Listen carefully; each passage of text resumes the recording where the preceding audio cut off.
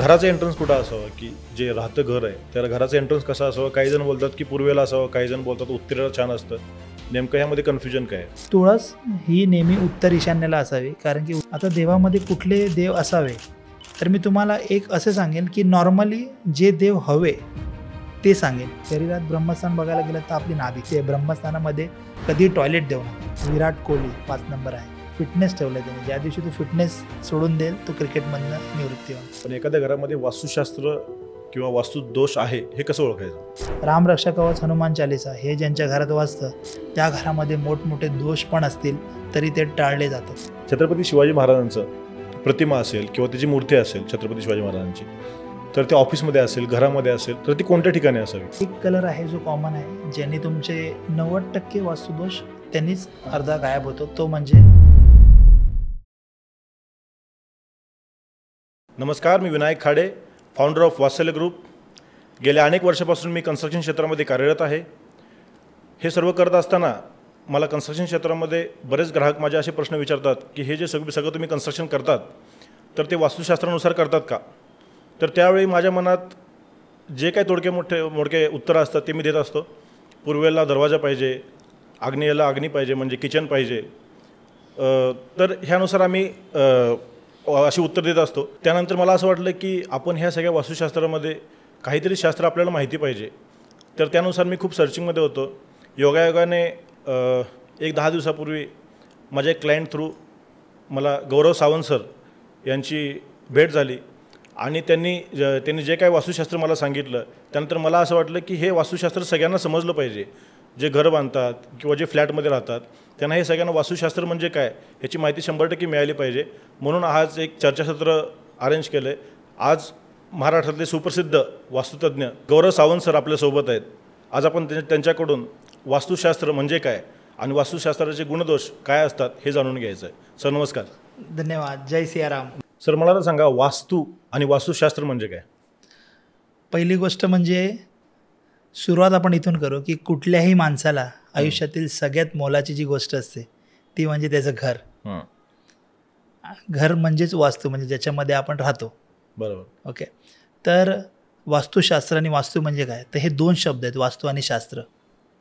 वास्तू म्हणजे ज्या घरामध्ये आपण वास करतो आहे, ज्या जागेमध्ये आपण राहणार आहोत, आपल्या वस्तू राहणार आहेत, आणि जीवनावश्यक वस्तू ज्या आहेत किंवा जी रचना आहे ती कशी असावी, तर शास्त्राप्रमाणे त्याची रचना आपल्या वास्तूची कशी असावी त्यालाच वास्तुशास्त्र असं म्हटलं गेलं आहे. म्हणजेच काय, रचना म्हणजे काय, तर तुमचा मुख्यद्वार, प्रवेशद्वार, एंट्री घराची कुठून असावी, दिशेनुसार, सूर्यप्रकाशानुसार. त्याच्यानंतर तुमचं जे जेवण बनवतो आपण, स्वयंपाकघर, चूल, किचन कुठे असावे, कुठल्या दिशेला योग्य आहे. देवारा झालं, देवघर झालं, ते कुठे असावे. झोपण्याची दिशा कुठे असावी. जमापुंजी, सेविंग, जे काय आपले पैसे असतात, सोनं असतात, तिजोरी कुठे असावी घरात. तुमचं आता आधीच्या काळात जर तुम्ही बघाल तर वॉशरूम हे घरात नव्हते, पण कालांतरानंतर टेक्नॉलॉजी येत गेली, सगळ्या गोष्टी पुढे चालत आल्या, प्रगत झाले, देश प्रगती झाली, आणि त्याच्यानंतर आपण बघतो तर आज वॉशरूम पण आपल्या घरात आहेत. मग त्या कुठल्या झोनमध्ये चांगल्या, ह्या सगळ्याची जी रचना असते शास्त्रानुसार, भौगोलिकदृष्ट्या, सामाजिकदृष्ट्या, ह्या सगळ्या गोष्टीला शास्त्र असं म्हटलं गेलं आहे आणि ह्यालाच वास्तुशास्त्र असं म्हटलं गेलं आहे. म्हणजे तुमच्या घरात राहताय कुठे, वास कुठे करणार आहे, तुम्ही कुठल्या वस्तू कुठे ठेवणार आहे घरामध्ये, ह्यालाच वास्तुशास्त्र असं म्हटलं जातं. बरोबर. सो सुरुवातीला आपण सुरुवातीपासून घर बांधण्यापासून सुरुवात करू. सुरुवातीला जर घर बांधताना जागा कशी निवडावी? जागा निवडायचं एकदम सोपा मार्ग सांगेन. तर जेव्हा तुम्ही कुठलीही जागा, कुठलाही प्लॉट बघायला जात आहे, तर त्याची प्लॉटचा जो स्लोप असतो, आता स्लोपवरनं तुम्हाला मेन मुद्दा सांगेन, तर आपली जी पृथ्वी आहे ती 22.5 डिग्री ईशान्येला खचलेली आहे, म्हणजे जरा सकल आहे. म्हणून आपण जेव्हा प्लॉट बघायला जातो त्याचा उतार, त्याचा सकल, त्याचा स्लोप कधीही ईशान्य, उत्तर किंवा पूर्वेला असावं. म्हणजेच काय, तर तुम्ही प्लॉटमध्ये पाणी सोडताय, तुम्ही प्लॉटमध्ये पाईपाने जर पाणी सोडताय तर ते पाण्याचा स्लोप, पाण्याचा प्रवाह हा उत्तर, ईशान्य किंवा पूर्वेला जाता हवा. पाण्याचा प्रवाह उत्तर, ईशान्य किंवा पूर्वेला जायला हवा. बरोबर. तो प्लॉट, ती जमीन तुम्हाला घर बांधण्यासाठी योग्य. बरोबर. आणि जर नसेल तर तुम्ही JCP मार्गे किंवा तुम्ही स्वतःही तसा स्लोप करून घेऊ शकता. कारण की पृथ्वीमध्ये तुम्हाला कुठलीच जागा प्रॉपर शेपमध्ये किंवा आयताकृती झाली, चौकोनी झाली अशा शेपमध्ये भेटणार नाही. तसंच स्लोप पण कधी भेटणार नाही. बरोबर. जमीन तुम्ही कधीही बघता ते थोडी खडबडीत असते, वर खाली असते. तर स्लोप असा असावा आणि प्लॉट असा निवडावा. बरोबर. ह्या सगळ्यामध्ये भूमिपूजनाला किती महत्त्व आहे भूमिपूजनाचं आणि ते म्हणा कधी करावं साधारण, म्हणजे कशा पद्धतीने केलं पाहिजे आणि कधी करावं? भूमिपूजनचं महत्त्व सांगेन तर सगळ्यात पहिलं जेव्हा आपण आपला प्लॉट निवडतो तर सगळ्यात पहिली जी गोष्ट केली जाते ती भूमिपूजन. भूमिपूजनचा कुठल्या महिन्यात तुम्ही घर बांधताय, कुठल्या मुहूर्तावर, कुठल्या तिथीवर, कुठल्या दिवसावर बांधताय ते महत्त्वाचं असतं. त्याचं कारण असं, तुमचा जर मुहूर्त चुकला किंवा तुमचा महिना, मुहूर्त तर ठीक आहे, साधारण माणसाला मुहूर्त काढता येत नाही, त्याला तिथींचा अभ्यास नसतो, ठीक आहे, कुठल्या तिथीवरती बांधेल, कुठल्या दिवसाला बांधावं, तर मंगळवार, शनिवार आणि रविवार, तर मंगळवार, शनिवार आणि रविवार हा दिवस नेहमी टाळावा. घर बांधण्याची सुरुवात करायला किंवा भूमिपूजनासाठी हे वार नेहमी टाळावे. ओके. आणि भूमिपूजन ज्या महिन्यात करतात त्यानुसारच तुम्हाला लाभ भेटतात. जर तुमचा महिना चुकला तर तुम्हाला कुठल्या महिन्यात, असे 12 महिन्यातले 7 महिने आहेत ज्याच्यामध्ये तुम्ही घर बांधू शकता आणि 5 महिने आहेत त्याच्यामध्ये नाही बांधणं नेहमी चांगलं. जर त्या 5 महिन्यामध्ये जर तुम्ही बांधताय तर तुम्हाला एवढे मोठे दोष, म्हणजे घरातला एखादा माणूस अघटित मृत्यू होऊ शकते, ॲक्सिडेंट होऊ शकतं, घरात भांडणं कला, घरात एखादा माणूस नेहमी आजारी भेटू शकतो, कॉन्ट्रॅक्टर पळून जाऊ शकतं, घर अर्धवट राहू शकतं. बरोबर. या सगळ्या गोष्टींना तुम्ही बळी पडू शकता.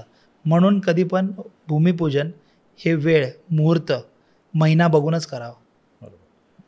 प्लॉटची डायमेन्शन, आता बरेच जण म्हणतात की प्लॉट गोमुख असावा, राक्षसमुख नसावा, प्लॉटची साईज इक्वल असावी, तर हे कितपत सत्य आहे? सत्यापेक्षा आपण शक्य कितपत आहे बघूया. कसं आहे, गौमुख हे घरासाठी चांगलं आणि सिंहमुख हे कुठल्याही बिझनेससाठी चांगलं. बरोबर. तर गौमुख प्लॉट हा घरासाठी चांगला. आणि प्लॉटचं डायमेन्शन जे तुम्ही विचारताय, कधीही आपल्याला पाहिजे तसं आपण डायमेन्शन बनवून घेता येत नाही. कारण की जर तुम्ही बघताय, तुम्ही या क्षेत्रामध्ये एवढ्या वर्ष कार्यरत आहात, तर कधीही तुम्हाला पाहिजे तसे डायमेन्शन भेटणार नाहीत. कुठे ना कुठे थोडं कमी जास्त होतंच. तर तुम्ही तुमची जागा जर सोडून, स्वतःची इच्छा थोडी जागा सोडून जर तुम्ही चौकोन किंवा आयताकृती बनवलात तर नेहमी चांगलं. बरोबर. पण डायमेन्शनचं असं काय पर्टिक्युलरली हे नाही की ह्याच डायमेन्शनचा हवा, पण जेवढा शेप आपल्याला करता येईल, जेवढ्या चांगल्या दिशा आपल्याला घेता येईल, तुमची एंट्री कुठून घेता येईल, ह्याच्यावरती सगळं मेन तुमचं अवलंबून असतं वास्तू.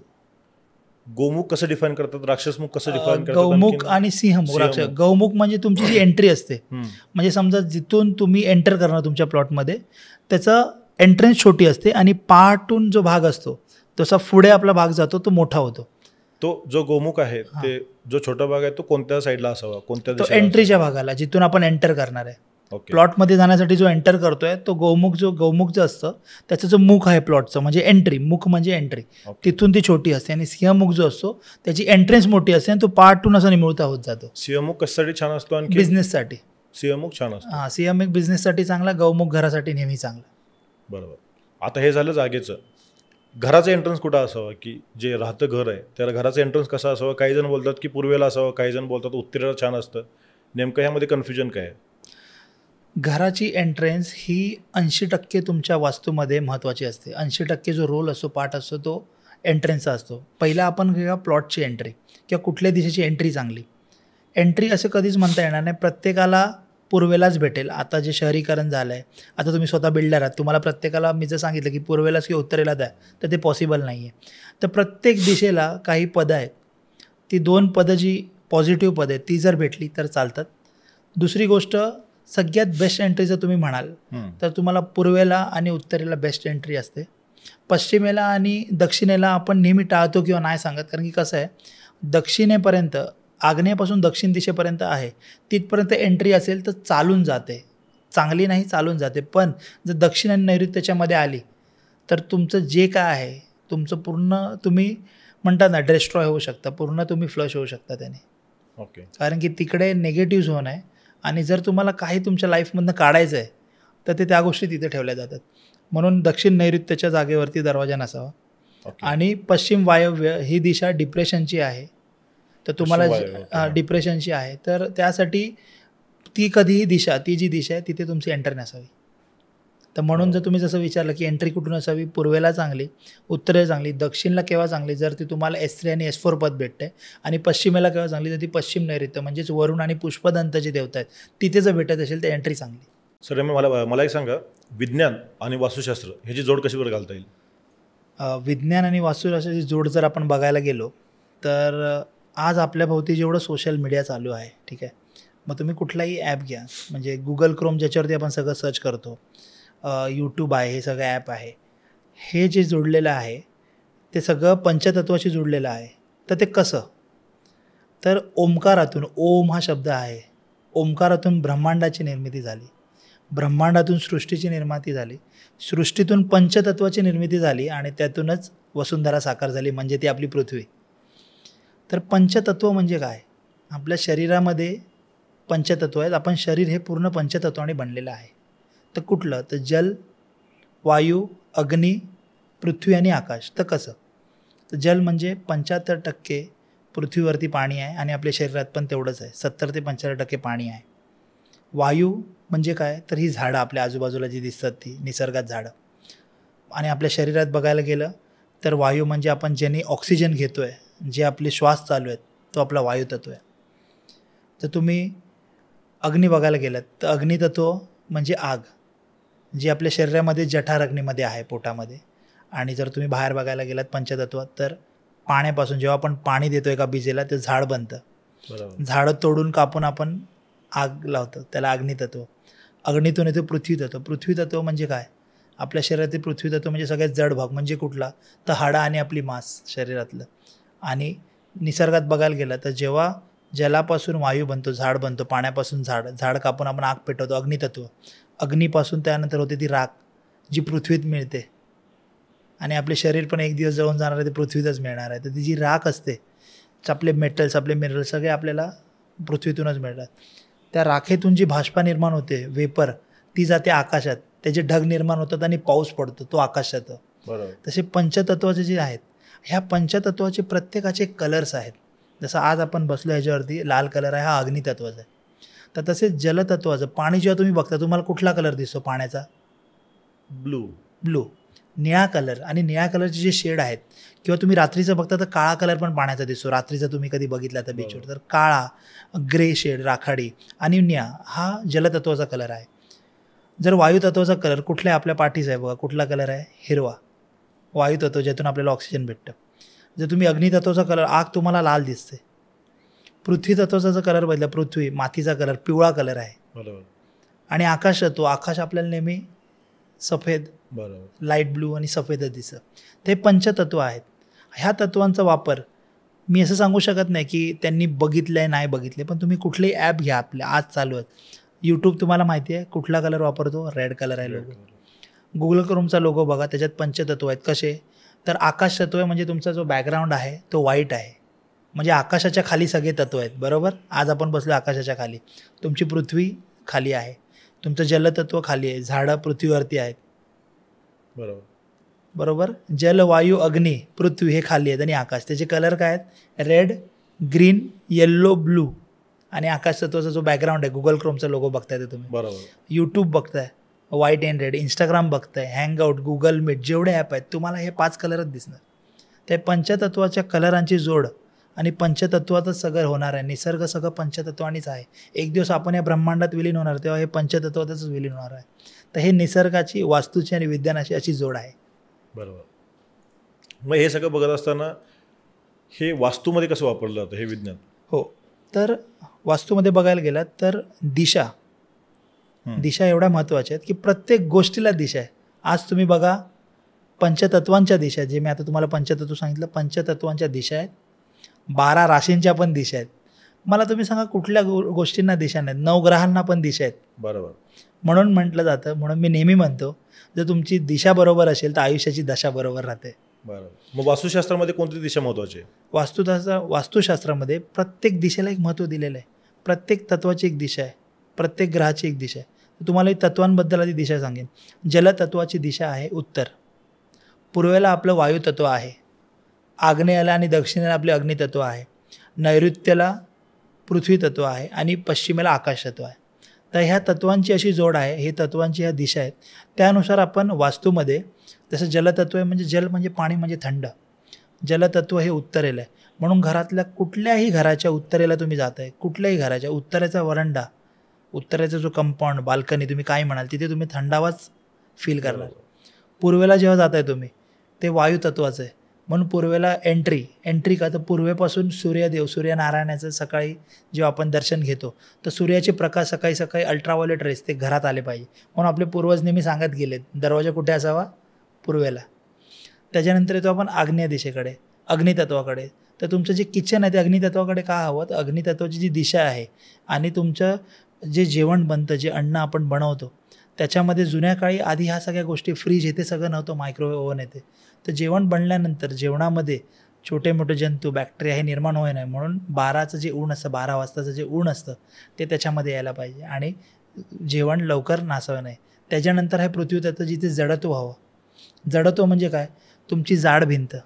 जेव्हा तुम्ही 3 ते 4च्या उन्हाकडे किंवा 12 ते 3 जेव्हा तुमचं ऊन चालतं, तुमचा जो जास्त प्रवाह येतो उन्हाचा दक्षिणेकडनं, इन्फ्रारेड रेज आपल्या शरीराला चांगले नाहीत. ओके. म्हणून तिथून तुमची जडत्व पाहिजे. त्याच्यानंतर आपण येतो आकाशतत्व, म्हणजे पश्चिमेला. जिथे तुम्ही पश्चिमेला आकाशतत्व म्हणजे आकाशाकडे तुम्ही नेहमी प्रार्थना करता, की तुमचं पहिलं जेव्हा काम होतं तुम्ही पहिलं काय करता, आपण असं बघतो. बरोबर. कुठलाही प्लेअर असू दे, कुठल्याही धर्माचं, आपण पहिलं नेहमी असं बघतो. म्हणजे काही झालं की पहिलं आपलं लक्ष आकाशाकडे जातं, की परमेश्वरा भलं केलेस. तर आकाशतत्व तिकडे आहे. म्हणून मंदिराच्या सगळ्या मूर्ती पश्चिमेकडे असतात. आणि तिजोरी म्हणजे पश्चिम जी बाजू आहे, पूर्व म्हणजे सुरुवात दिवसाची आणि पश्चिम म्हणजे शेवट, सूर्यास्त. म्हणून पश्चिमेकडे तुम्ही तुमचं स्टडी रूम, तुमची तिजोरी ह्या सगळ्या ठेवू शकता. तर असं ही तत्व आहेत, ह्यांच्या दिशात, आणि असं हे वास्तुशास्त्राशी यांचं निगडीत असं गोष्टी आहे. बरोबर. मला सांगा सर, की आता आपण जे किचन ओटा करतो, किचन ओटा तुम्ही म्हणता की आग्नेय कोपऱ्यामध्ये किचन ओटा असला पाहिजे किंवा किचन असलं पाहिजे. तर त्या केसमध्ये आपण किचनच्या ईशान्य कोपऱ्याला आपण सिंक देतो. तर सिंक ज्यावेळेस देतो आपण, तर त्यावेळेस त्या सिंकमध्ये आपण पाणी, जल म्हणजे आपण ईश्वर, ह्या हिशोबाने आपण पाण्याचा यूजसुद्धा करतो आणि तिथं भांडी वगैरे जे आपले असेल ते आपण ते पण हे करतो. तर ते किती पवित्र आहे, कारण ईशान्य कोपरा हा पवित्र असला पाहिजे. कसं आहे बघा, पूर्ण घराचं जेव्हा आपण बघतो, एक नॉर्मल एक आपण स्क्वेअर घेऊया, नॉर्मल चौकोन आहे, त्याच्यामध्ये तुमची जी ईशान्य दिशा मेन असते तिथे आपण देवघर घेतो.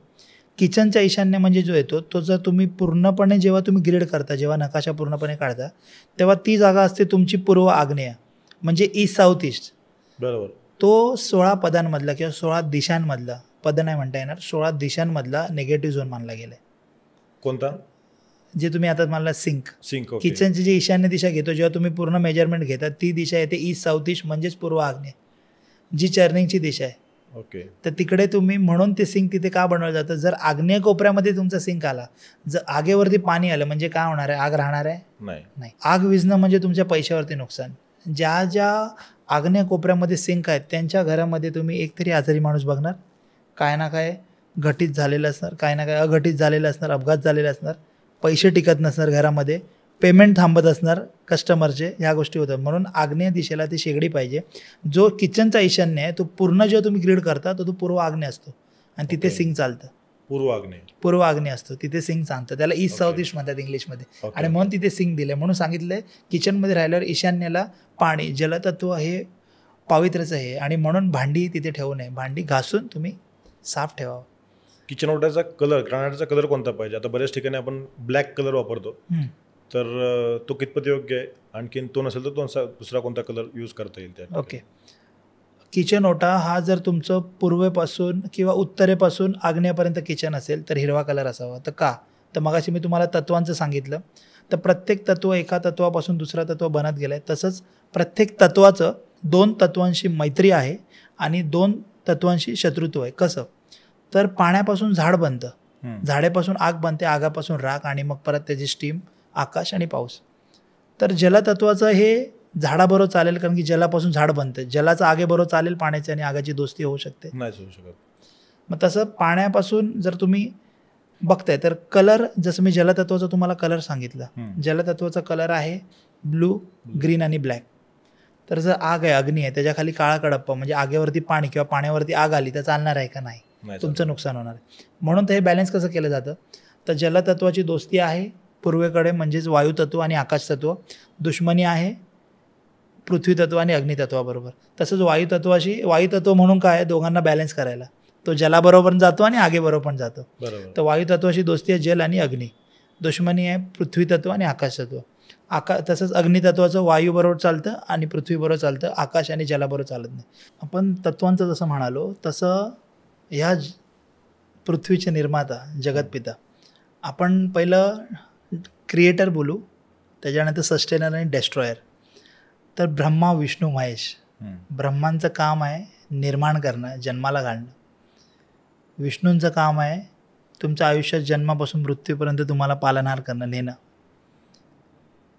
आणि महेशाचं काम आहे डेस्ट्रॉय करणं. का तर परत निर्मिती होण्यासाठी नव्याने. तर प्रत्येक तत्वाचं एक निर्मिती आहे, म्हणजे एक मैत्री तत्व आहेत 2 आणि 2 शत्रू तत्व आहेत. तर जसं जलाचं झालं तर जलाबरोबर वायुतत्व आणि आकाशतत्व यांची मैत्री आहे. अग्नितत्वाचं पटत नाही, पाणी आणि आगीचं कधी पटत नाही. आणि पाणी आणि पृथ्वीचं म्हणजे जल आणि पृथ्वीतत्व यांचं पटत नाही. वायूचं जलाबरोबर म्हणजे जलतत्व आणि अग्नितत्वाबरोबर पटतं, बाकीच्या 2 तत्वांबरोबर पटत नाही. तसंच अग्नीचं पृथ्वीबरोबर आणि वायूबरोबर पटतं, बाकी 2 तत्वांशी पटत नाही. तसंच पृथ्वीचं अग्नी आणि आकाशाबरोबर बाकी तत्वांशी पटणार नाही. आणि आकाशाचं जल आणि पृथ्वीबरोबर. तशी ही प्रत्येक तत्वांची 2 डेस्ट्रॉयर आहेत आणि 2 निर्माते आहेत. त्या तत्वांची अशी दोस्ती आहे. बरोबर. मला हे सांगा सर, बरेच ठिकाणी असं बोललं जातं की ईशान्य कोपऱ्याला तुळशी वृंदावन असावं, काही ठिकाणी बोलतात की नैऋत्येला असावं, काही ठिकाणी बोलतात की आग्नेयला असावं. पण त्याची नेमकी दिशा योग्य कोणती? वास्तुशास्त्रानुसार 16 दिशांमध्ये एक दिशा आहे उत्तर ईशान्य. बरोबर. आतापर्यंत आम्हाला सर फक्त 8 दिशा माहिती होत्या, ह्या 16 दिशा आज पहिल्यांदाच ऐकतोय मी. हो. 16 दिशांचं आम्हाला थोडंसं महत्त्व सांगा ना. हो, नक्की. पहिल्या तुम्ही मुख्य दिशा ऐकला असेल, पूर्व, पश्चिम, उत्तर, दक्षिण. त्याच्यानंतर त्याच्या उपदिशा येतात ईशान्य, आग्नेय, नैऋत्य आणि वायव्य. त्या प्रत्येक ह्या 8 दिशांच्या मध्ये पण जसं उत्तर आणि ईशान्येच्या मध्ये आहे उत्तर ईशान्य, ईशान्य आणि पूर्वेच्या मध्ये आहे पूर्व ईशान्य, पूर्व आणि आग्नेयच्या मध्ये पूर्व आग्नेय, आग्नेय आणि दक्षिणेच्या मध्ये दक्षिण आग्नेय, दक्षिण आणि नैऋत्याच्या मध्ये दक्षिण नैऋत्य, नैऋत्य आणि पश्चिमेच्या मध्ये नैऋत्य पश्चिम म्हणजे पश्चिम नैऋत्य, पश्चिम आणि वायव्याच्या मध्ये पश्चिम वायव्य, आणि सगळ्यात शेवटची दिशा आहे जी उत्तर वायव्य आणि उत्तरेच्या मधली म्हणजे उत्तर वायव्य. अशा ह्या मिळून 16 दिशा आहेत. आणि प्रत्येक दिशेचं एक महत्त्व आहे. जसं उत्तरेचं महत्त्व आहे तुम्हाला नवीन संधी निर्माण करणं, चुंबकीय शक्ती आहे, तिथे जे तुम्ही ठेवता त्या गोष्टी तुमच्या वाढत जातात उत्तरेला. म्हणून आपण म्हणतो नेहमी की उत्तर तुझी प्रगती व्हावी म्हणून. बरोबर. उत्तर दिशा ही प्रगतीची आहे, म्हणून उत्तर दिशेला जडत्व नसावं. उत्तर ईशान्य दिशा आहे ती इम्युनिटी म्हणजे तब्येतीची, तिचं काम आहे तुमची तब्येत चांगलं ठेवणं. उत्तर ईशान्य.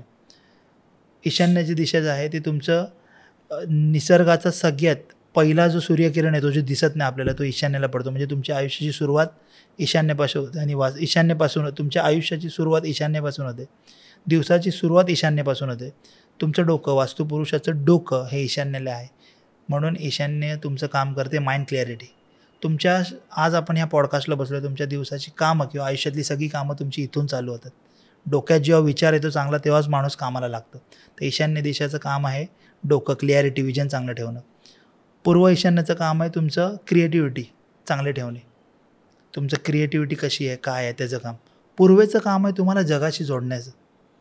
म्हणून पूर्वेला तुम्ही जर बघाल तर पूर्वेला नेहमी तुम्हाला तुमच्या शहरामध्ये किंवा कनेक्ट व्हायचं आहे कोणाशी, तर तुमचं काम आहे पूर्व हे काम आहे चैतन्य, उत्साह, प्राणशक्ती आहे पूर्वेला. सूर्यदेव तिथून येतात पूर्वेकडे.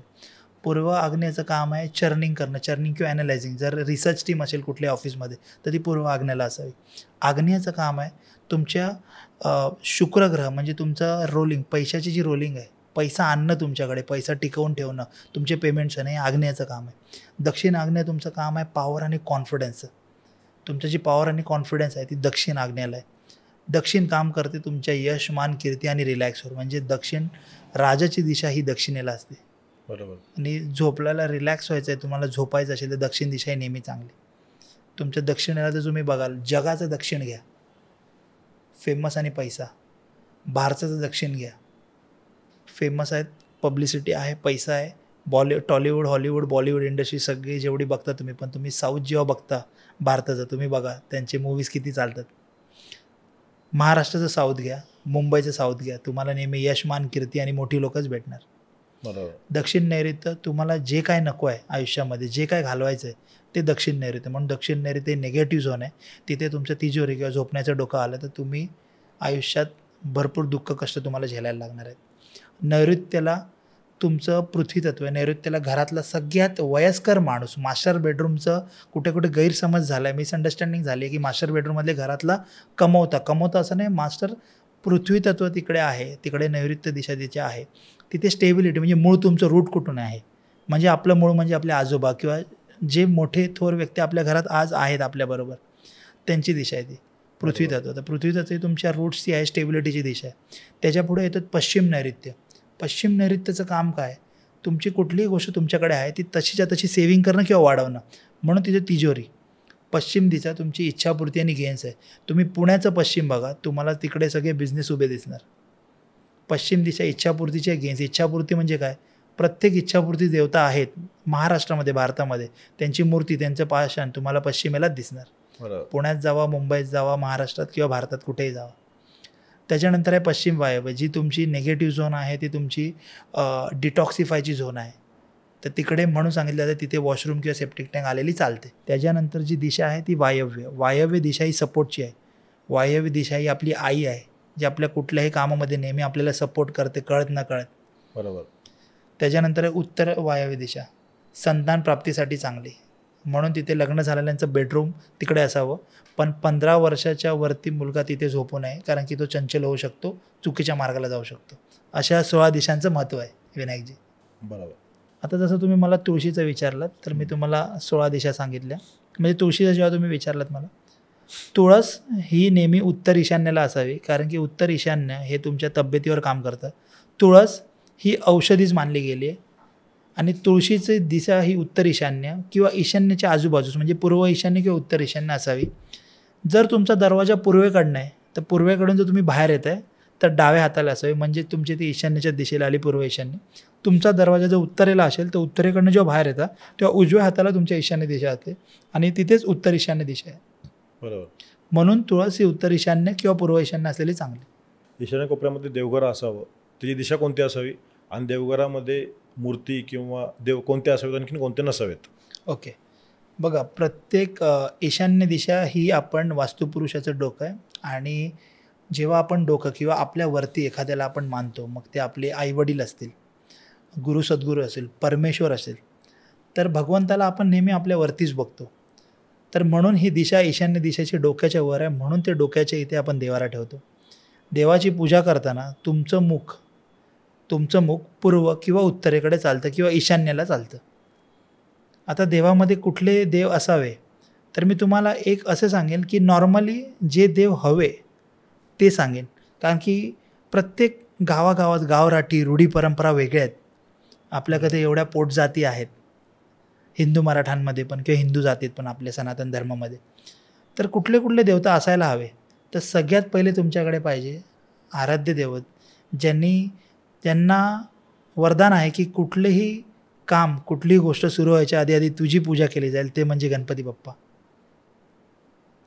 गणपती बाप्पांची मूर्ती हवी तुमच्या घरात. कधी पण कुठलीही मूर्ती घेईल ती एकच हवी, 2 नाही. कुठलीही मूर्ती एकच असावी. गणपती बाप्पांची मूर्ती असावी तुमच्या घरी. त्याच्यानंतर बाळकृष्ण असावे तुमच्या घरी, ठाकूरजींची मूर्ती बाळकृष्णांच्या रूपात. त्याच्यानंतर संसाराचे देवता विठू माऊली. बरोबर. विठू माऊली दोघे असावे तुमच्या घरात संसाराचे. त्याच्यानंतर आहे अन्नपूर्णा देवता. तुमच्या घरात कधी रेशनिंग कमी नाही पडणार आणि तुमच्या घरात आलेला माणूस कधी उपाशी जाणार नाही. त्याच्यानंतर असावं एक गुरूंची कृपा असावी, म्हणून स्वामी समर्थांची मूर्ती तुमच्या घरात असावी. आणि ह्या सगळ्या मूर्ती 5 झाल्या, ह्या मूर्ती हव्याच. आणि तुमच्या देवाऱ्यामध्ये शंख असावा. आणि ज्या एकदम छोट्या बेसिक गोष्टी मानल्या जातात, हळद, कुंकू आणि तांदूळ, हे नेहमी तुमच्या देवाऱ्यात असावे. तर ह्या सगळ्या देवाऱ्यामध्ये ह्या गोष्टी तुमच्या पाहिजेत. आणि एक गुरु म्हणून स्वामी समर्थांची मूर्ती तुमच्या घरात हवी. बरोबर. आणि लक्ष्मीचं जे रूप आहे किंवा लक्ष्मीची जी मूर्ती असते, ज्याने ते कॉईन सोडत आहेत, धन सोडत आहेत आपल्याला, ती एक मूर्ती. तर ह्या मूर्ती, ह्या 5 ते 6 मूर्त्या तुमच्या देवाऱ्यात असाव्या. आणि दुसरी गोष्ट, मूर्ती कधीही घरातल्या मुख्य माणूस जो असतो मेन, त्याच्या अंगठ्याच्या वरती नसावी. अंगठ्याच्या वरती कुठली मूर्ती गेली म्हणजे ती मंदिरातली मूर्ती झाली, त्याची पावित्र्यता राखावी लागते, त्याला रोज भोग लावावा लागतो, रोज 2 टाईम आरती करायला लागते आणि हे एक साधारण माणूस करू शकत नाही किंवा नाही करत. म्हणून जर तुम्ही घरामध्ये कुठलीही मूर्ती मोठी आणताय तर तुम्हाला हे लक्षात राहू दे, तुमच्या घरामध्ये मंदिराचं पावित्र्यता ठेवणं तेवढं शक्य नसतं. म्हणून मूर्ती कधी अंगठ्याच्या खाली असावी. त्यानंतर ब्रह्मस्थान. घरात ब्रह्मस्थान आपण कसं डिफाईन करू शकतो की हेच ब्रह्मस्थान असेल? कुठल्याही प्लॉटचं, कुठल्याही घराचं, कुठल्याही फ्लॅटचं ब्रह्मस्थान म्हणजे त्यांचं घराचा मध्यभाग. मग तुम्ही तो टाईल्स मोजून मध्यभाग काढा, तुम्ही मेजरमेंट घेऊन काढा किंवा आर्किटेक्टने. सोपं तर तुम्ही नॉर्मली जर तुम्ही तुमच्या घरामध्ये आहात, तुम्ही जर टाईल्स काउंट केले हॉरिझॉन्टली आणि व्हर्टिकली, तुम्हाला मध्यभाग भेटतो. मध्यभागाचं ब्रह्मस्थानाचं महत्त्व एवढं आहे की ब्रह्मस्थानावरती जडत्व कधी नसावं, कारण की ब्रह्मस्थान तुमच्या घरातली जी ऊर्जा आहे ती निर्माण करतो. म्हणजेच काय, शरीरात ब्रह्मस्थान बघायला गेलं तर आपली नाभी, नाभीतून पूर्ण ऊर्जा, जेव्हा आपण कुठलंही अन्न ग्रहण करतो आपल्याला जी काय ताकद येते, जी काय शक्ती येते ती आपल्या नाभीतूनच सगळीकडे जाते. तर घरातलं ब्रह्मस्थान हे मध्यभाग असतं आणि ब्रह्मस्थानाचं एवढं महत्त्व आहे की जेव्हा सगळ्या देवतांना, वास्तुपुरुषाला जेव्हा पृथ्वीमध्ये पोठावरती त्याला गाडलं गेलं आणि ब्रह्मदेवांनी सांगितलं की प्रत्येक देवतांनी त्याच्यावरती विराजमान व्हावं, त्याचं डोकं पृथ्वीच्या ईशान्येकडे असावे, पाय नैऋत्येकडे असावे. आणि जेव्हा 45 देवता सगळे विराजमान झाले, त्यातले एक देवता म्हणजे ब्रह्मदेव, तर 44 देवतांनी आपली जागा घेतली, प्रत्येक पदं घेतली आणि ब्रह्मदेवांनी ब्रह्मस्थान घेतलं. बरोबर. तर ब्रह्मस्थानामध्ये म्हणून जडत्व म्हणजे तुमची भिंत येऊ नये. चुकून पण तुम्ही बिल्डर, तुम्हाला विनंती आहे कसेही प्लॅन बनवा, काही करा, FSI वापरा, स्पेस युटिलाइज करा, पण ब्रह्मस्थानावरती टॉयलेट देऊ नका. भरपूर फार मोठा वास्तुदोष होतो आणि त्यांनी लोकांना फार त्रास होतो. तर तुम्हाला विनायकची विनंती आहे, ब्रह्मस्थानामध्ये कधी टॉयलेट देऊ नका. असं डिझाईन केलं जातं, एक बेडरूम असतो आणि एका कॉर्नरला जी ब्रह्मस्थानावर भिंत येते आणि तिथे टॉयलेट येतं. तर ब्रह्मस्थानावरती कधी टॉयलेट नको. तर ब्रह्मस्थानाचं एवढं महत्त्व आहे की ब्रह्मस्थान मोकळं जेवढं असेल, ब्रह्मस्थानावरती हॉल किंवा हॉलचा थोडासा भाग आला तर नेहमी चांगला, तिथून नेहमी चांगल्या ऊर्जा निघतात. म्हणून ब्रह्मस्थानावरती नेहमी मोकळं ठेवावं. ओके. आता ह्या सगळ्या आपण वास्तुशास्त्र, हे बंगलोविषयी किंवा एखाद्या भूमीवरती आपण ज्यावेळेस वास्तू उभे करतो त्यामध्ये आपण हे सगळं 100% वास्तुशास्त्रानुसार आपण हे सगळ्या गोष्टी करू शकतो. पण हाच जर आपण फ्लॅट सिस्टीममध्ये किंवा सोसायटीमध्ये किंवा बिल्डिंग्समध्ये आपण एखाद्या वेळेस फ्लॅट घेतो त्यावेळी हे वास्तुशास्त्र कसं त्यामध्ये वापरू शकतो? कारण की ते चारी कोपरे, प्रत्येकाचे चारी कोपरे वेगळे आहेत. बरोबर. तर ते आपण तिथं कसं काय वास्तुशास्त्र वापरू शकतो? फ्लॅटमध्ये म्हणजे नॉर्मल बंगलोरो हाऊस, फार्म हाऊसचा विषय नाही. जर तुम्ही सांगताय फ्लॅटमध्ये आपण जर वास्तुशास्त्र कसं बघतो, तर फ्लॅटमध्ये आपण पंचतत्वांचं संतुलन करायला बघतो. फ्लॅटमध्ये तुम्हाला 16च्या 16 दिशा भेटत नाहीत. फ्लॅटमध्ये तुम्हाला दरवाजाची एंट्री चांगल्या पदावरच भेटेल, मेन एंट्रन्स, हे सांगता येत नाही. मग तिथे आपण पंचतत्वांचा बॅलन्स करतो. म्हणजेच काय, समजा आपल्याला पूर्व दिशेला आता आपल्याला एंट्री भेटली आणि उत्तरेला भिंत आहे, तर उत्तरेला जलतत्व आहे, तर आपण तिकडे काय करतो, प्रत्येकाची एक इच्छा असते की माझी स्पेस डिझाईन करायची, इंटिरियर करतात सगळे, मग ते स्पेस युटिलाइज कशी करता येईल. आर्किटेक्ट आणि इंटिरियर त्यांच्या जागेवर बरोबर आहेत. म्हणजेच काय, ते काय बघतात की मी माझ्या क्लायंटला काय बेस्ट देऊ शकेल, त्यांना कसं नजरेला चमकमीत दिसेल, डेकोरेटिव्ह मटेरियल कसं दिसेल, कसं आवडेल. पण ह्या सगळ्यामध्ये माणूस वास्तू विसरतो आणि मग दोष निर्माण होतात. तर आपण कसं बॅलन्स करतो, तर पंचतत्वांचं संतुलन, जी दिशा आपल्याला भेटते, जिथून आपण पॉझिटिव्हनेस घेऊ शकतो, तर तिथे आपण एक तर कलरचा उपयोग करतो पंचतत्वांचा किंवा फ्रेमचा उपयोग करतो. तर आता उत्तरेकडे आहे, तर उत्तरेकडे जलतत्व आहे, तर उत्तरेकडनं जलतत्वाची फ्रेम किंवा तिथे कलर, ठीक आहे. पृथ्वी तत्वाचं तुम्हाला जे भेटते, तर पृथ्वी तत्वाचा कलर, वॉल कलर किंवा कर्टेन्स, पडदे असतात त्याच्यावरनं. बेड तुम्हाला कुठे भेटते, तर बेडवरती जर तुम्ही झोपताय तर बेडचं डोकं तुमचं जर बरोबर येत नाही, तर डोक्याचं पोझिशन कुठे हवी, पायाची कुठे, तर ते सगळं डिझाईन करतो प्रॉपर. देवघर तर घेऊ शकत नाही छोट्या फ्लॅटमध्ये, तर देवारा कुठल्या झोनमध्ये बसतो आहे किंवा कुठल्या त्या 16 दिशांमध्ये बसतो आहे, तर कुठे देवारा घेता येतो आहे, तर ईस्टमध्ये भेटतो आहे का, नॉर्थ ईस्टमध्ये भेटतो आहे का, पूर्वेला भेटतो आहे का, कुठे बसतो आहे, त्याची पावित्रता किती राहील हे बघितलं. तर फ्लॅटमध्ये आपण असं डिझाईन करतो की पंचतत्वांचं संतुलन करतो, रंगांतर्फे, कलर थेरपी किंवा फ्रेम्सतर्फे. ओके. जसं बंगलोमध्ये 100% वास्तुशास्त्र बसू शकतं, तसं फ्लॅटमध्ये बसू शकतं का? फ्लॅटमध्ये 100% बसणं अवघड आहे, पण फ्लॅटमध्ये जर तुम्ही 80% जरी वास्तू बसवलं तरी तुमचे नाही म्हटलं तरी भरपूर दोष असे निघून जातात. आणि त्याच्यानंतर ह्या सगळ्याच्या वरती येतं ते तुम्ही घरामध्ये वातावरण कसं ठेवताय, वातावरण निर्मिती कशी करताय, तुमची वास्तू ऊर्जित कशी करताय, त्याच्यासाठी घरामध्ये तुम्ही पूजापाठ कशी करताय, टाईम टू टाईम हवन करताय का, बरोबर. ह्या सगळ्या गोष्टी. आता हे झालं घराच्या विषयी. आपण जेव्हा एखादा कमर्शियल स्पेस बघतो किंवा कमर्शियल कॉम्प्लेक्स बघतो किंवा एखादी इंडस्ट्री बघतो, तर वास्तुशास्त्र, घराचं वास्तुशास्त्र आणखीन कमर्शियल किंवा इंडस्ट्रियल वास्तुशास्त्र यामध्ये असं काही फरक आहे की दिशा वगैरे ह्या सगळ्या नाही, गोष्टीसाठी? दिशांचा तर फरक नसतो, पण फरक असा आहे की कमर्शियल वास्तूमध्ये लोक कामासाठी येतात आणि जातात, तिथे प्रोडक्ट बनतात, तिथे मशिनरी असते. आणि घरामध्ये तुम्ही म्हणजे तुमचं म्हणायला गेलं तर किचन एक असतं, देवघर असतं, घरामध्ये तुमच्या म्हणायला गेलं सुतक सोयर होतं. तर घरातलं वास्तू वेगळं आहे आणि इंडस्ट्रियल वास्तू फार वेगळं आहे. इंडस्ट्रियलमध्ये तुम्हाला क्लायंट आणायचे असतात, तुमच्या ऑर्डर टाईम टू टाईम द्यायचे असतात, तुमचं पेमेंट टाईम टू टाईम आलं पाहिजे. ही सायकल असते. प्रोडक्ट बनणार, प्रोडक्ट जाणार, पेमेंट येणार, परत पुढचे प्रोडक्ट बनणार, ह्या सगळे सायकल असते. आणि तिथे लोक येऊन जाऊन असतात. घरामध्ये तुम्ही राहता म्हणजे तुम्ही सगळं थकल्यानंतर माणूस म्हणतो ना की तुम्ही मोठ्या लक्झरी हॉटेलमध्ये जावा, देशभर फिरा, पण जे तुमच्या घरामध्ये सुख शांती असते, सुकून असतो, तो बाहेर नसतो माणसाला. म्हणून ह्या दोन्हीमध्ये वास्तूमध्ये फार फरक असतो आणि त्याचे डिझायनिंग पण वेगळ्या प्रमाणे केलं जातं.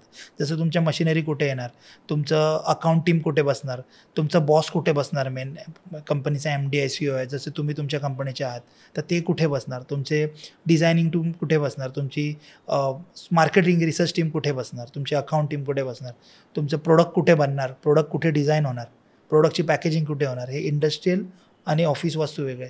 ऑफिस वास्तू जसे केबिन्स असतात, IT कंपनी झाले, त्यांचं डिझाईन वेगळं असतं. तुम्ही कुठलं प्रोडक्ट बनवताय, कुठल्या इंडस्ट्रीमध्ये आहेत, त्यानुसार वास्तूचं डिझाईन होतं. आणि घराची वास्तू हे पूर्ण टोटली वेगळी असते. ओके. मग ह्या केसमध्ये अंकशास्त्र कुठं वापरलं जातं का? कारण की विंडोची साईज असेल, डोअरची साईज असेल, हॉलची साईज असेल किंवा एखादी स्पेस असेल, हा आपण कसा करतो? म्हणजे समजा स्टेअरकेस असेल, स्टेअरकेस ऑड पाहिजे की इव्हन पाहिजे? स्टेअरकेस नेहमी ऑड हवे. ओके. स्टेअरकेस नेहमी स्टेप्स नेहमी ऑड असावे. आणि न्यूमरोलॉजी म्हणजे जर तुम्ही वास्तुशास्त्र बघाल तर ह्याची वास्तुशास्त्र, ज्योतिषशास्त्र आणि अंकशास्त्र हे इंटरलिंक्ड आहे सगळ्या. जसं तुम्ही म्हणालात की न्यूमरोलॉजीचा किती पार्ट आहे, तर काही लोक आजही, मीही स्वतः फ्लॅट देताना एखाद्याची जन्मतारीख बघूनच त्याला फ्लॅट नंबर सिलेक्ट करायला सांगतो. ओके. आणि जर तुम्ही म्हणताय की जर तुम्ही स्वतःचं बांधताय तर तुम्ही तिथे न्यूमरोलॉजी पूर्णपणे अप्लाय करू शकता. जर तुम्ही फ्लॅट एका बिल्डरकडनं घेत आहे तर नाही होत. तर तुम्ही स्वतःचं फार्म हाऊस बांधताना पूर्णपणे आपण किती बाय कितीचं घेतो आहे, त्याची लास्ट फॉर एक्झाम्पल 30x33चं बांधतो आहे, तर त्याची टोटल किती येते आणि ती टोटल आपल्याला सुटेबल आहे का हे बघितलं जातं. न्यूमरोलॉजीचं पार्ट जर बघितलं तर न्यूमरोलॉजी फार वास्ट आहे, पण न्यूमरोलॉजीचं काम असं आहे की प्रत्येक नंबरचं एक इम्पॉर्टन्स आहे.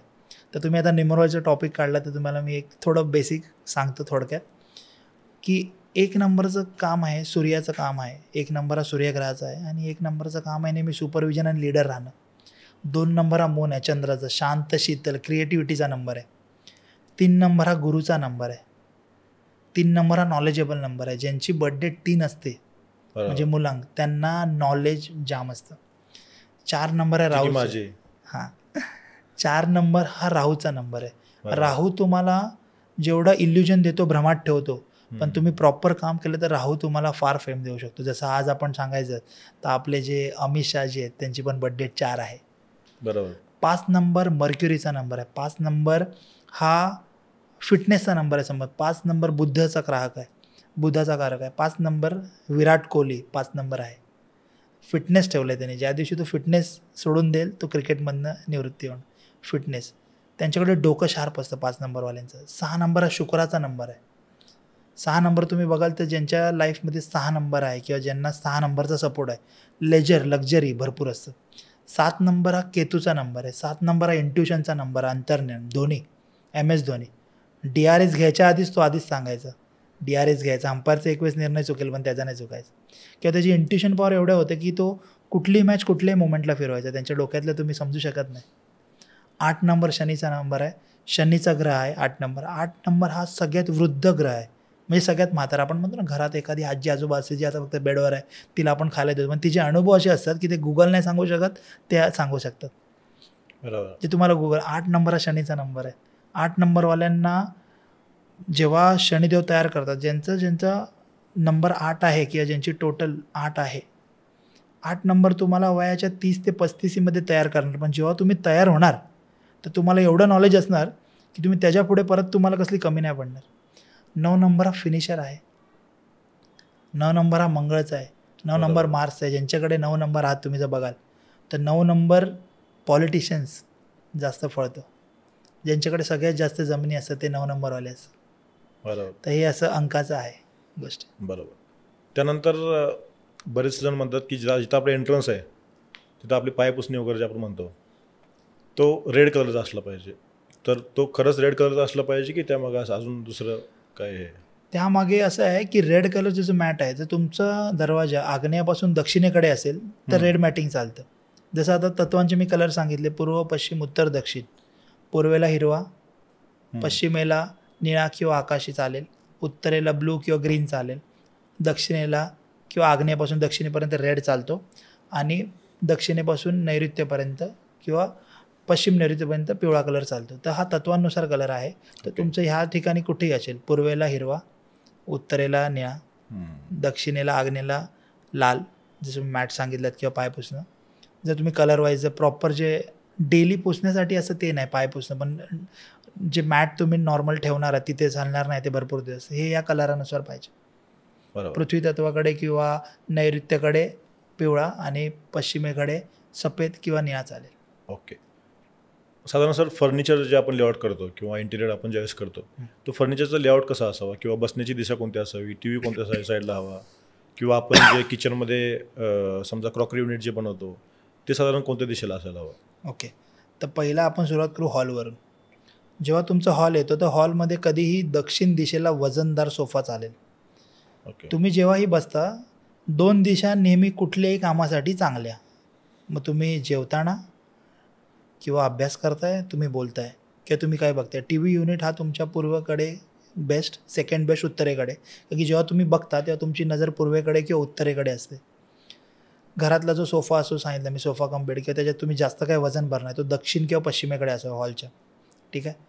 किचनमध्ये जर तुम्ही बोलता तर किचनमध्ये जेव्हा तुम्ही जेवण बनवता तुमचा जो फेस आहे किंवा तुमची आई, आपली माता, भगिनी ज्या कोण जेवण बनवतात घरामध्ये, गृहिणी आहेत, त्यांनी जेवण बनवताना त्यांचा फेस जो आहे तो नेहमी पूर्वेकडे हवा.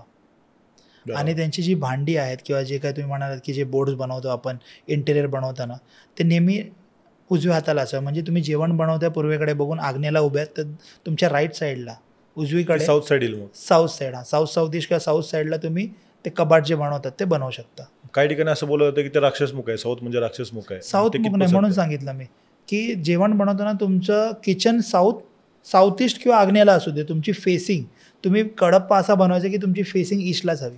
ओके. आणि जे बाकी आहे फ्रीज आहे तुमचं किंवा तुम्ही सांगितलं किचनमध्ये जे बनवायचं तुम्ही किचनमध्ये उभं राहिलं तुमच्या राईट हँडला, म्हणजे तुमच्या दक्षिणेला किंवा दक्षिण आग्नेयाला किंवा पश्चिमेला किचनच्या. ओके. मग ह्या सगळ्यामध्ये सर कलर सायन्स काय वर्क करतं का ह्या वास्तुशास्त्रामध्ये? करतं नक्कीच. जर तुम्ही कुठेही काम करताय, जर तुम्ही फ्लोअर बनवताय तर फ्लोअर तुमचा कधीही ब्राऊन चालेल कारण की पृथ्वी तत्वाचा कलर आहे ब्राऊन. ठीक आहे. कारण आणि दुसरा किंवा जर तुम्ही नॉर्मल टाईल्स लावताय तर ऑफ व्हाईट टाईल्स हे नेहमी चांगले. ओके. कलर जसं काम करतं, जर तुम्ही चुकीचा कलर समजा तुमच्या आग्नेयाला जर तुम्ही निळा कलर आणलात तर मेजर चान्सेस असतात की तुमच्याकडे घरात काही ना काही लहान मुलाला फटका लागणं किंवा तुमचे पेमेंट्स अडकणं, तुमचे कोणतरी पैसे घेऊन जाणं, पैसे घेऊन पळून जाणं, ॲक्सिडेंट होणं. म्हणजे ॲक्सिडेंट घरात पण छोटे मोठे काय होऊ शकतात किंवा पैशाचं नुकसान होणं, आजारी पडणं माणूस, म्हणजे पैसा कुठून ना कुठून जात राहणार. बरोबर. तर कलरचं एवढं महत्त्व की तत्वांनुसारचं कलर बॅलन्स केला आपण फर्निचर लेआउट्समध्ये किंवा इंटिरियरमध्ये तर फार गोष्टी आपण टाळू शकतो. जसं आता आज इंटिरियर्स आर्किटेक्ट स्पेस डिझाईन करतायत, तर स्पेस डिझाईन करताना कुठले कलर कुठे वापरले गेले पाहिजे. आता तुम्ही जर सांगताय ईस्टला आपण म्हणतो ग्रीनच, तर सन कलर आहे जो गोल्डन कलर पण चालतो. रेडच्या फॅमिलीमध्ये पिंक कलर येतो तर तुमच्या साऊथमध्ये पिंक कलर पण चालतो. येल्लो फॅमिलीमध्ये येल्लो कलर्स पण भरपूर आहेत, तेही वापरतात. तुम्ही पश्चिमेला पण येल्लो कलर यूज करू शकता कारण की तो पृथ्वी तत्व आणि जलतत्वाच्या मध्ये आहे. ओके. पश्चिमेला तुम्ही ब्लू कलर पण चालतो. तुमच्या उत्तरेला ग्रे कलर चालतो, जसा हा आपला पाठी आहे ग्रे कलर चालतो कारण की पाण्याचे शेड आहे. ब्लॅक कलर आपण अवॉइड का करायला सांगतो, ब्लॅक कलरचं काम आहे एनर्जी सोक करणं. मग तुमच्या घरात जी माणसं येतात ते कुठल्या विचाराने आल्यात, ते कुठल्या टेन्शनमधनं आल्यात, तर प्रत्येक गोष्टी प्रत्येक माणसामध्ये एक एनर्जी असते, प्रत्येक सूक्ष्म शक्ती असं जे आपण नॉर्मल नजरेने बघू शकत नाही. तर ते कॅच करण्यापेक्षा म्हणून आपण जास्त करून जलतत्वाचा निळा कलर जातो. निळा कलर हा हिलिंगचा कलर आहे. पूर्वेला आपण ग्रीन वापरू शकतो, बेज कलर वापरू शकतो, वुडनचा कलर वापरू शकतो लाकडाचा कारण की वायुतत्व आहे. असं सन कलर वापरू शकतो, सनसेट. मग पूर्वेला आपण जसं सांगितलं मग अशी तत्व बॅलन्स करताना फ्रेम पण लावायला सांगतो सूर्योदयाची, जर त्यांच्याकडे जर तिथे बारी नसेल, विंडो नाही आली असेल तर असं. ओके. सिलिंगला प्रत्येक म्हणजे एक 90% तरी लोक व्हाईट कलर वापरतात. त्यामुळे रिझन असं काय टेक्निकल रिझन आहे वास्तुशास्त्रामध्ये तसं लिहिलंय कुठं की नाही? वास्तुशास्त्राचं रिझन आहे, टेक्निकली पण रिझन आहे की जेव्हा तुम्ही वर बघता, नॉर्मली बाहेर गेल्यावर वर बघता, मग अशी सांगितलं आकाश येतो, आकाशाचा कलर कुठला आहे? व्हाईट आणि ब्लू इश. हां, तर वरती आपण जेव्हा बघतो तर आपल्या घराचा आकाश तो आपल्या घराच्या उंचीवरनं डिपेंड होतं, आणि वरती जो कलर असतो आपल्या, तो नेहमी व्हाईट का द्यावा? कारण की आकाश तत्वाचा जो कलर आहे तो शुभ्र निळसर व्हाईट आहे, म्हणून निळसर व्हाईट असतो बघा. कधी बरोबर आपण कधी पेंटरला सांगतो, कधी सांगायची गरज, तुम्ही कुठल्याही पेंटरला सांगू नका, तो घराला पूर्ण कुठलाही कलर देईल, तो घराला पूर्ण कुठलाही कलर देईल, पण तो सिलिंगला व्हाईट कलरचं मान. 100%. तर आकाश तत्वाचं महत्त्व आहे, आणि म्हणून आकाश तत्वाला निळसर सफेद कलर हा सिलिंगला मारला जातो, कारण की आकाश तत्व घराचं संतुलित राहण्यासाठी. मग हा सगळा समजा आपण हे सगळं वास्तुशास्त्राबद्दल बोललो, पण एखाद्या घरामध्ये वास्तुशास्त्र किंवा वास्तुदोष आहे हे कसं ओळखायचं? घरामध्ये मतभेद होत आहेत, भांडणं होत आहेत घरामध्ये, छोट्या छोट्या गोष्टीवर ज्याची रिझन पण नाही, तुमच्या घरी भांडणं होत आहेत, मतभेद होत आहेत, तुम्ही कुठे ना कुठे काम होणार आहे आणि काम टळलं जातं आहे, तुमची कामं अडकत आहेत, ऑफिसमध्ये काय ना काय तुमचं नाव कुठे ना कुठे विनाकारण तुम्ही पूर्ण 100% देताय तरी खराब होत आहे. परत आजारी पडणं, हे एक योग आहे, आजारी पडणं. छोटे मोठे असे असतात की सारखं आजार पण घरामध्ये येणं. घरात गेल्यावरती तुम्ही बाहेरून जेव्हा घरात जाता तेव्हा तुम्ही कामावरून येताना, असं मी कित्येक जेवढं मी आजपर्यंत अभ्यास केला त्याच्यामध्ये मी बघितलं, क्लायंट ते सोडा, फक्त जेव्हा अभ्यास करायचो तेव्हा, की एखाद्याला विचारलं की ते म्हणाले घरात जायचं मनच करत नाही का? तर मग कोणाचे बाबा ड्रिंक करतायत, कोणाच्या घरात गेल्यावर काहीतरी विचित्र प्रश्न आहेत, कोणाच्या घरात फॅमिलीमध्ये पप्पा आईला बोलत आहेत किंवा आई वडिलांना काय ना काय बोलते, भावंडांचं ताळमेळ नाही आहे. ह्या सगळ्या गोष्टीतून कळतं की घरात वास्तुदोष. जी एक शांती आणि समाधान असतं घरात गेल्यावरती, ते जर तुम्हाला भेटत नसेल तर 1001% तुमच्या घरात वास्तुदोष आहे. बरोबर. मग ह्या सगळ्यामध्ये वास्तुदोषाचं निराकरण कसं करायचं? बघा, घरात वातावरण शुद्धी करणं हे तुमच्या हातात असतं. ज्योतिषशास्त्र, वास्तुशास्त्र, अंकशास्त्र ह्याच्यावरती पण जे आहे ती परमेश्वराची कृपा आहे. तुमच्यामध्ये जर तुम्ही ताकद निर्माण केला, तुमच्या विचारात जर ताकद असेल तुम्ही नक्कीच करू शकता. तर घरात वातावरण शुद्धी म्हणजे काय? दर 15 दिवसांनी घर, जाडं मीठ असतं आपलं गावठी, त्यांनी पुसून घ्यावं. घरामध्ये धूप लागला पाहिजे 2 टाईम तरी कमीत कमी. आता धूप हवन घालणं सगळ्यांना शक्य नाही, मग त्यासाठी तुम्ही आता मार्केटमध्ये धूप स्टिक आले आहेत, धूप कप आले आहेत, त्याचा वापर करू शकता. तुमचा उंबरठा जो असतो ना, त्यातून लक्ष्मी येते तुमच्या घरात. तुम्ही फ्लॅटमध्ये राहा, बंगलोमध्ये राहा, रो हाऊसमध्ये राहा, साध्या झोपडीमध्ये राहा छोट्या, तुमचा जो उंबरठा असतो त्यातून सगळं येत असतं. सकाळी सकाळी शुद्ध पाण्याने उंबरठा पुसून घ्यावा. संध्याकाळच्या वेळेला, बत्तीच्या कातर वेळेला 6:45 ते 7:15 उंबरठ्यावर कापूर जाळावा. आणि घरात दरवर्षी वास्तुयज्ञ, वास्तुशांती, श्रावणामध्ये सत्यनारायणची पूजा करून घ्यावी गुरुजींकडनं, भटजींकडनं. ह्या सगळ्या गोष्टीमध्ये घरातलं वातावरण संतुलित राहतं. बरोबर. आणि घरामध्ये तुम्हाला बोलता आलं नाही म्हणजे काय, कधी कधी पाठांतर नसतं, प्रत्येकाला स्तोत्रमंत्र पाठायला नसतात, तर तुम्ही पुस्तकात बसून वाचू शकता. ते नाही तर तुम्ही यूट्यूबवरती वाजवू शकता. तर घरामध्ये भगवंतांचं नामस्मरण जपलंच पाहिजे. बरोबर. त्यांचा नाद, त्यांचा भगवंतांचं नामस्मरणाचा नाद किंवा घरामध्ये गुंजलाच पाहिजे तो नाद. तर त्यासाठी यूट्यूबवरती संध्याकाळी आणि सकाळी 2 टाईम पूजा करताना मनाचे श्लोक आहेत, किंवा राम रक्षा कवच संध्याकाळचं घरात वाचलं पाहिजे. ज्याच्या घरात त्यांना वाटते निगेटिव्ह एनर्जी आहे, ज्याला आपलं घर स्वर्ग बनवायचं, त्यांनी हनुमान चालीसा घरामध्ये रोज वाचावी, बोलावी किंवा यूट्यूबवरती लावावी. बरोबर. त्याला जी धून आवडते, ज्याची बोललेली हनुमान चालीसा आवडते ती लावावी. राम रक्षा कवच, हनुमान चालीसा हे ज्यांच्या घरात वाचतं त्या घरामध्ये मोठमोठे दोष पण असतील तरी ते टाळले जातात. बरोबर. वास्तुशास्त्रामध्ये गोमातेला, ज्याच्यात 33 कोटी देव आहे असं म्हणतात, गोमातेचं किती महत्त्व आहे? तिचं गोमूत्र असेल, तिचं गोबर असेल, किंवा ह्या सगळ्या गोष्टी असतील की ज्या की आपण होम हवनसाठी जे वापरतो, तसंच गोमातेचं घरात असणं हे किती महत्त्वाचं आहे? जसं मी तुम्हाला सांगितलं की जर तुम्ही प्लॉट घेतलात आणि तिकडे गाईला सोडून दिलात, तर ज्या वास्तूमध्ये, ज्या प्लॉटमध्ये गाय विराजमान होते किंवा गाय थांबते, तर गायमध्ये एवढी शक्ती आहे, आपल्या गौमातेमध्ये एवढी शक्ती आहे की त्या सगळे दोष ती ती जेव्हा तिथे चालते ती त्या प्लॉटमधलं गवत जेव्हा खाते गौमाता, ती पूर्ण दोष निवारण करून टाकते. एवढे तिच्यामध्ये ताकद आहे. गोमूत्र आपण का शिंपडतो? शुद्ध करायला. मंदिरात पण गेल्यावर आपल्याला गोमूत्र, म्हणजे तुम्ही कुठेही आला असाल, एक गोमूत्राचा एक थेंब तुम्हाला शुद्ध करतो, एवढं त्या गोमूत्रात ताकद आहे. बरोबर. मोठमोठे औषधं आहेत, जी आयुर्वेदिक औषधं आहेत, जी मोठमोठे आजार, डायबिटीसपासून मोठमोठे आजार बरे केले जातात, गोमूत्राचा वापर केला जातो. असे आयुर्वेदिक कॅन्सर जे आहेत ते पण गोमूत्राने, असे किती उदाहरणं आहेत, गोमूत्राने कॅन्सर बरे झालेले आहेत लोकांचे.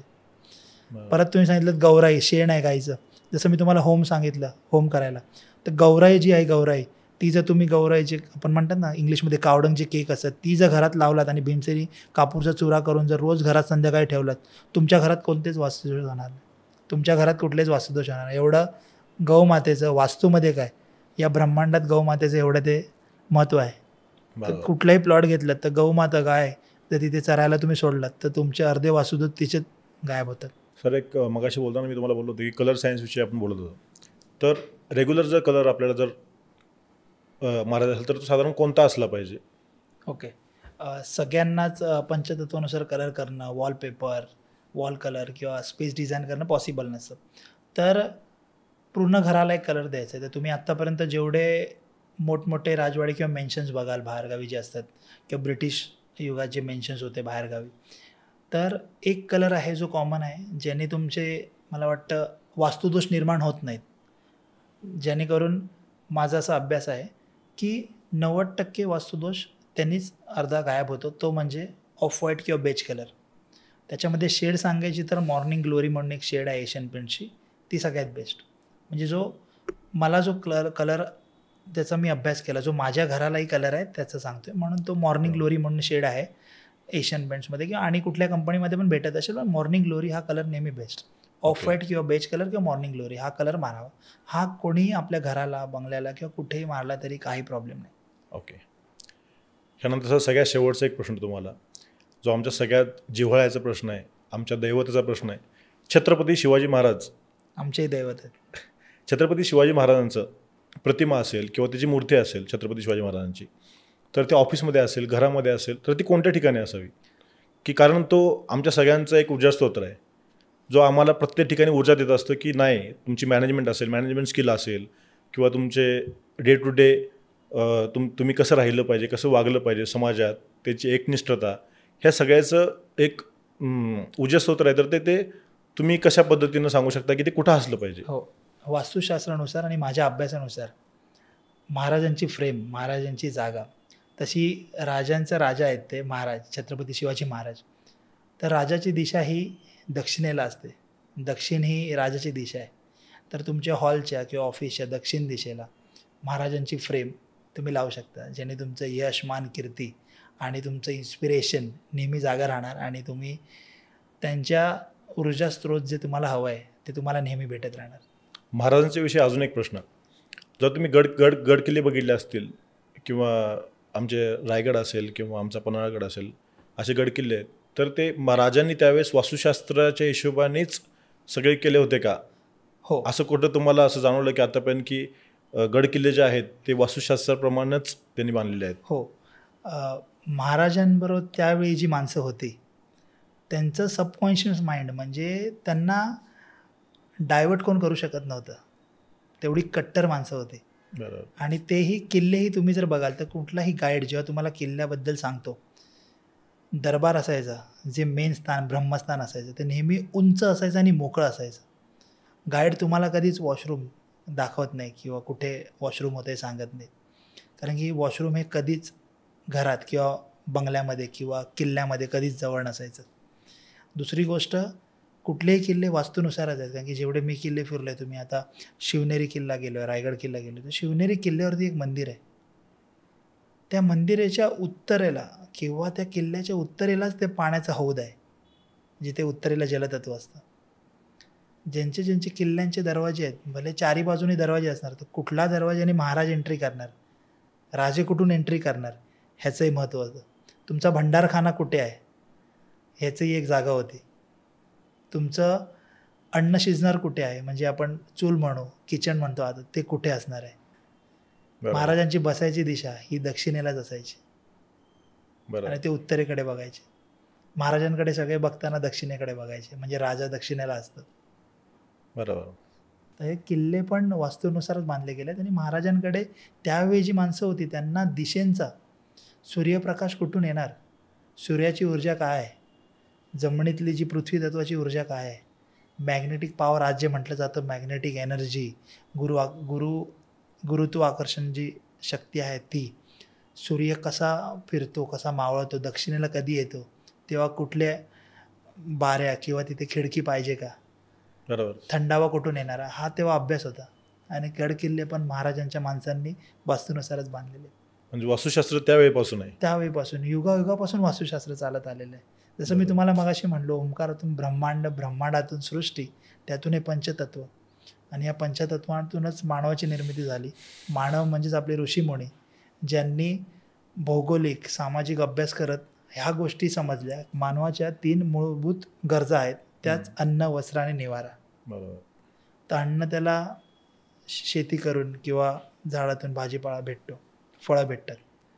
वस्त्र, कपडे तो निर्माण करू शकतो. निवारा म्हणजे वास्तू, तर ती कशी असली पाहिजे, प्रकाश कुठून आला पाहिजे, सकाळचा प्रकाश घरात यायला पाहिजे का, दुपारचं यायला नको, पश्चिमेला तिजोरी किंवा पश्चिमेला तुमचं मेडिटेशन असावं, पहिलं सूर्यकिरण ईशान्येला पडतं तिथे तुमचा देवारा असावा, सूर्य जेव्हा दिसतो तेव्हा तो प्रकाश पहिला घरात आला पाहिजे, उत्तरेला थंडावा असतो म्हणून तिथे पाण्याची अंडरग्राऊंड टाकी झाली, पाण्याची गोष्टी झाली, बसण्याची जागा झाली, राजाची झोपण्याची दिशा कुठली, तुमचं रेशन घरात कुठे असावं, ह्या सगळ्या गोष्टी युगायुगांपासून चालू आल्या. आणि विश्वकर्मा प्रकाशजींनी ग्रंथात सांगितलेले आहेत. आपल्या मत्स्य पुराणात उल्लेख आहेत की सगळ्या पुराणात आपल्या ग्रंथामध्ये उल्लेख आहे वास्तूचा. बरोबर. आता मला हे सांगा सर की वास्तुशास्त्र हे फक्त हिंदू धर्मामध्ये आहे की अदर रिलिजनमध्ये सुद्धा वास्तुशास्त्र हे? मी ज्यांना आत्तापर्यंत कन्सल्ट केलं आहे तर माझ्याकडे सगळ्या धर्माची माणसं आलेली आहेत. कारण की सूर्यप्रकाश, सूर्य जो सकाळी उगतो तो कोणाला धर्म विचारून उगतो का? नाही. सूर्यनारायणाला कोण थांबवू शकतं का? नाही. बरोबर. तर दिशा, सूर्याचा प्रकाश, सूर्याचं उगण्याची दिशा ही कोण बदलू शकतो? सायन्स एवढं पुढे गेले, बदलू शकतो का? नाही. तर कुठल्याही धर्मासाठी नाही, वास्तू ही प्रत्येकावरती काम करते. जो मानतो त्याच्यावरती काम करते, नाही मानत त्याच्यावरती पण काम करते. आणि सूर्याचं असं आहे की सूर्यनारायण ह्याचे 2 आयन आहेत.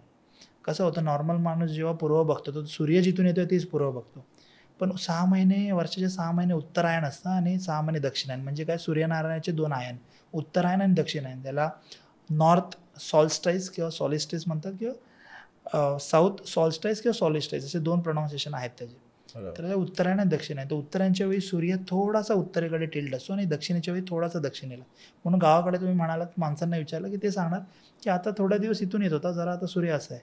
म्हणून एक्झॅक्ट पूर्व काढता येत नाही, आणि एक्झॅक्ट पूर्व न काढता आल्यामुळे बाकी रचना चुकते कधी कधी. म्हणून ह्याच्यासाठी तज्ज्ञांचा हा रोल असतो, आणि तज्ज्ञांबरोबर जे काम करते टीम त्यांचा हा रोल असतो की कॉर्डिनेट्स घेणे जागेचे, गुगल अर्थ कॉर्डिनेट्स घेणे, किंवा कंपासने बघणे, किंवा मोबाईलने चेक करणं सगळ्या. कारण की आयफोनमध्ये ट्रू नॉर्थ तुम्हाला भेटतो. कारण की नॉर्मल जर आपण कंपास घेतला किंवा साधा मोबाईल घेतला तर त्याच्यामध्ये ह्या सगळ्या आपल्या बाजूला जेवढ्या मशीन आहेत त्याच्यात मॅग्नेट असतं, त्याच्यामुळे तो काटा हलत राहतो दिशेंचा, कंपासचा. म्हणून एक्झॅक्ट दिशा भेटायसाठी आपण असं करतो की आपण कंपासने पण बघतो, मोबाईलने पण चेक करतो आणि कॉर्डिनेट्स पण चेक करतो. त्यांनी एक्झॅक्ट नॉर्थ आणि ईस्ट भेटते. त्याच्यानंतर आपण डायग्राम बनवतो, मग त्यातून आपण ह्या सगळ्या गोष्टी करतो की तुमची विहीर कुठे हवी, किंवा स्विमिंग पूल रिसॉर्ट असेल, तुमचं सेप्टिक टँक, तुमचं बांधकाम कुठे असावं, घराच्या विंडोज कुठल्या रेशिओला कुठे असावे. जसं सगळ्यात कमी प्रकाश येतो म्हणजे सूर्य पूर्वेकडनं येतो, दक्षिणेला तापतो, पश्चिमेला मावळतो आणि परत चंद्र बनून उत्तरेच्या दिशेने येतो. तर म्हणून कुठे बाऱ्या असाव्या, कुठल्या रेशोनी असाव्या, उत्तरेला पूर्वेकडे जास्त, पश्चिमेकडे नंतर, दक्षिणेकडे सगळ्यात कमी, कारण की दुपारचं ऊन चांगलं नसतं शरीराला असं. बरोबर. ह्या सगळ्या गोष्टींचा अभ्यास केला जातो. बरोबर. आणि ह्या सगळ्या गोष्टींचा अभ्यास महाराजांच्या टीमकडे, महाराजांकडे जी माणसं होती त्यांना ऑलरेडी ह्या दिशेंचा अभ्यास होता. म्हणून तुम्ही बघा, जेवढे गड किल्ले आहेत त्यांनी बरोबर सगळ्या गोष्टींचा अभ्यास करून मांडलेला आहे. म्हणून महाराजांनी एवढ्या कमी वयात एवढे किल्ले जिंकले आणि एवढं राज्य केलं, आणि आपल्या मनावरती आयुष्यभर चालेल हे इन्स्पिरेशन आपल्याला देऊन गेले की एका माणसाचे विचार, आणि महाराज अवतार पुरुषच होते, त्यांना सगळ्या विद्या ज्ञान अवगत होतं ऑलरेडी. बरोबर. युगायुगांनी चालण्यासारखं आपल्याला इन्स्पिरेशन देऊन गेलेत महाराज. सर, तुम्ही आलात, आपल्या चर्चासत्रात सामील झालात, त्याबद्दल तुमचे मनस्वी धन्यवाद आणि आभार. ह्या चर्चासत्रातून नक्कीच 100% नाही म्हणता येणार, पण 80% आम्हाला वास्तुशास्त्र म्हणजे काय एवढं तरी आम्हाला समजलं आज. आम्ही जे 15 वर्ष कन्स्ट्रक्शन क्षेत्रात आहे, आम्ही तोडकं मोडकं जे वास्तुशास्त्र शिकत होतो त्यापेक्षा आम्ही हे प्रगतशील म्हणण्यापेक्षा एक वास्तुशास्त्र म्हणजे काय हे आम्हाला शिकायला मिळालं. इथून पुढं महाराष्ट्रातील तमाम जनतेला असतील किंवा मंडळींना व माझ्या ग्राहकांना, वास्तुशास्त्राच्या ग्राहकांना नक्कीच ह्या सगळ्याचा फायदा होईल. यापुढे आम्ही वास्तुशास्त्राशी निगडीत ज्या काही गोष्टी असतील त्या तुमच्याशी संपर्क साधून तुमच्या मार्गदर्शनाखाली आम्ही प्रत्येक वास्तू ही वास्तुशास्त्राच्या नुसार बनवीन आणि वात्सल्याच्या ग्राहकांना एक हॅपी फॅमिली, एक चांगला सुखद फॅमिली म्हणून आम्ही वास्तुशास्त्राच्या निगडीत आम्ही वास्तू बांधून देऊ याची नक्की तुम्हाला ग्वाही देतो. आणि तुम्ही आलात त्याबद्दल मनापासून धन्यवाद. जय शिवराय. जय शिवराय. रामकृष्ण हरी.